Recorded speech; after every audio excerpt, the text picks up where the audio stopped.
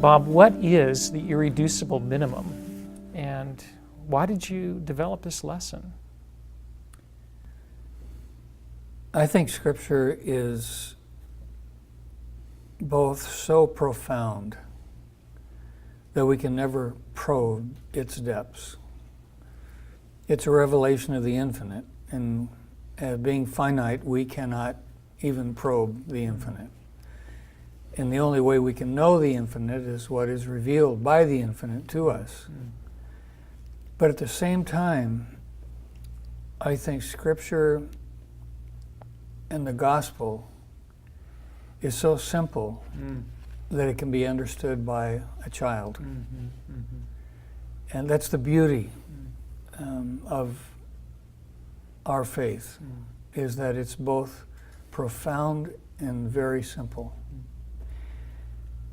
Sometimes I think that as Christians we try to make what God is saying to us far too complicated. It is complex, but it doesn't need to be complicated. And having come from a science background in college, and in mathematics we had the concept of the irreducible minimum.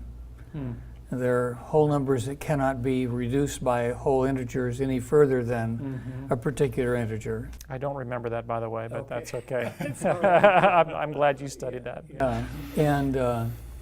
And we call that the irreducible minimum.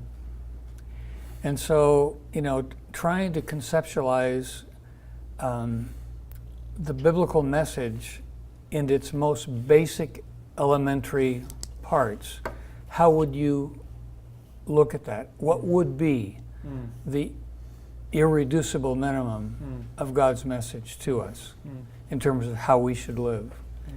And that's how the idea came about. Well, obviously, it comes to Jesus' own summary, including Paul's, or the Old Testament. The Old Testament, Jesus, Paul, their summary of what does God say to us? What is his expectation of us?